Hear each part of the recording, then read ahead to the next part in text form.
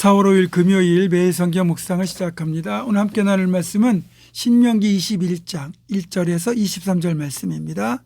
신명기 21장 1절에서 23절 말씀을 제가 봉독합니다.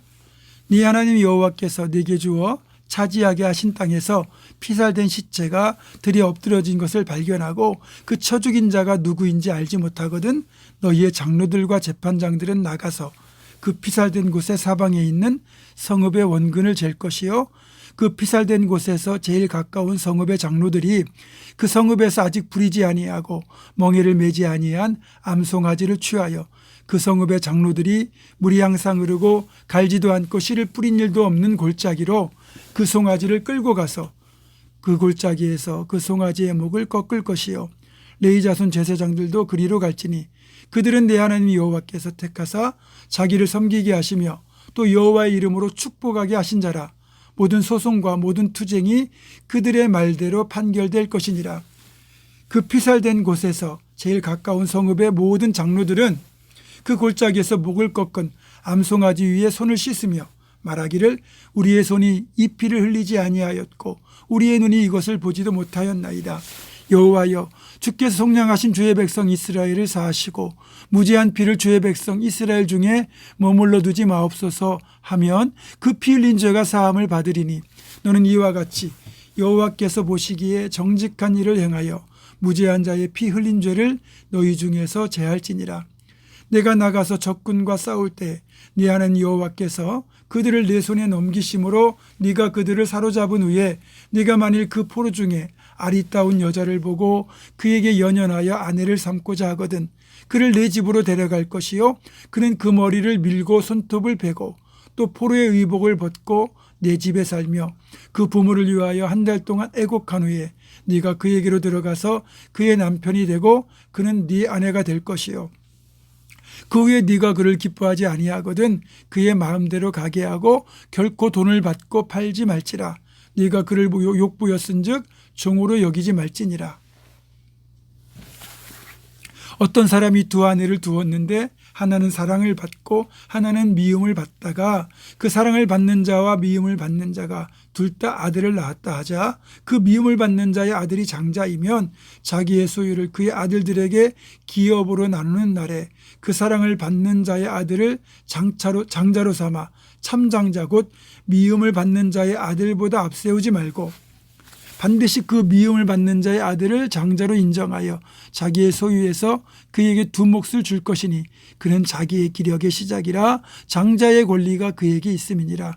사람에게 완악하고 패역한 아들이 있어 그의 아버지의 말이나 그 어머니의 말을 순종하지 아니하고 부모가 징계하여도 순종하지 아니하거든 그의 부모가 그를 끌고 성문에 이르러 그 성읍 장로들에게 나아가서 그 성읍 장로들에게 말하기를 우리의 이 자식은 완악하고 패역하여 우리 말을 듣지 아니하고 방탕하며 술에 잠긴 자라 하면 그 성읍의 모든 사람들이 그를 돌로 쳐 죽일지니 이같이 네가 너희 중에서 악을 제하라.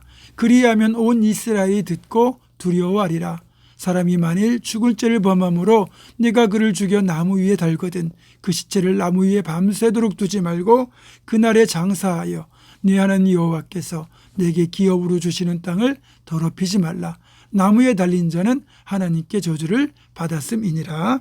아멘.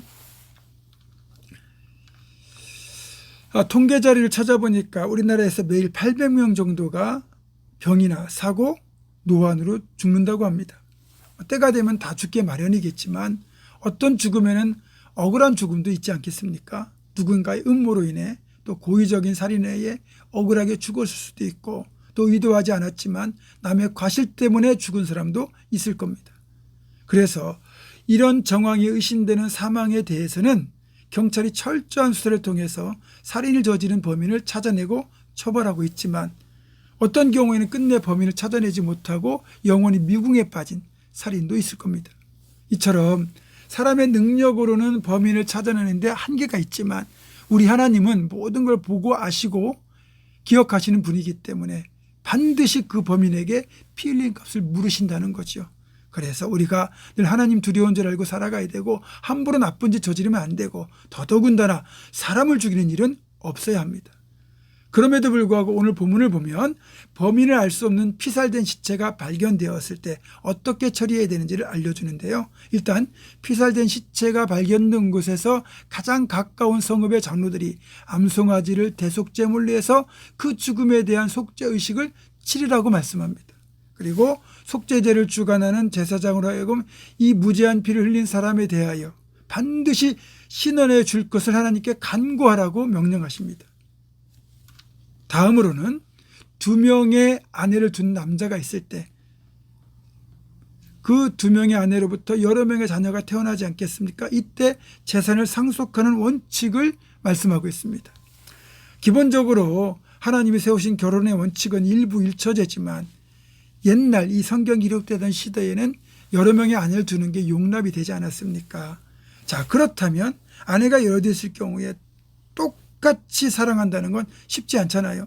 내 감정에 따라서 사랑하는 정도의 차이가 있을 수밖에 없고 그 차이가 또 자식들에게 고스란히 적용될 가능성이 크다는 거예요. 예를 들어서 왕이 있고요. 여러 명의 왕비가 있잖아요. 그러면 대부분은 맏아들이 왕위를 계승하는 게 원칙이지만 여러 명의 왕비 중에서 자기가 다 이뻐하고 총애하는 왕비가 있을 경우 그 왕비가 낳은 아들을 후계자로 임명하는 경우가 역사에 종종 등장합니다. 예를 들면 르호보암 같은 경우는 여러 명의 아내들 중에서 가장 총애했던 아내가 압살롬의 딸인 마아가거든요. 그 마아가를 통해 태어난 아들인 아비야에게 왕위를 물려줍니다.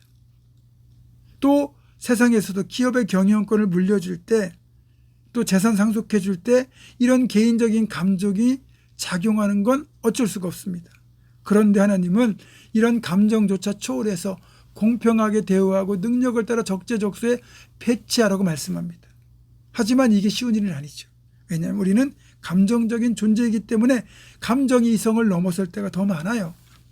그럼에도 불구하고 하나님의 명령은 결격 사유만 없다면 정해진 규례와 관습을 따라서 공정하게 상속하고 공평하게 물려주고 나누어 주라는 겁니다.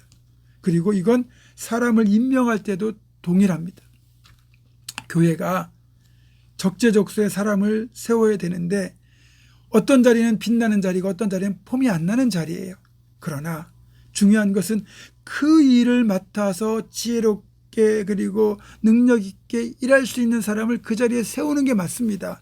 여기에 세우면 뭐 빛이 나고 저기에 세우면 빛이 안 나니까 내가 좋아하는 사람은 여기에 세우고 내가 별로 좋아하지 않으면 이곳에 세운다. 이건 맞지 않는다는 거죠. 교회는 철저히 하나님께서 택하신 사람을 하나님께서 택하신 데 세우는 것이 원칙입니다. 우리 교회는 그런 교회가 되어야 되는 거죠. 그래서 우리 교회에 이 본문 말씀을 적용하다 보면 일단 우리 교회는 억울한 일을 당하는 일이 없도록 그렇게 억울함까지 품어주는 공동체가 되어야 된다. 다음으로 이렇게 공정한 상속 제도를 우리 교회에 적용하면 우리가 사람을 세울 때 또 일꾼을 세울 때 그렇게 모든 것을 뛰어넘어 하나님께서 기뻐하시는 사람을 하나님께서 원하시는 자리에 우리가 기도하며 세운다. 이것이 우리 원칙이 되어야 됩니다. 그런 우리 교회 되기를 주님의 이름으로 부탁합니다. 기도하겠습니다.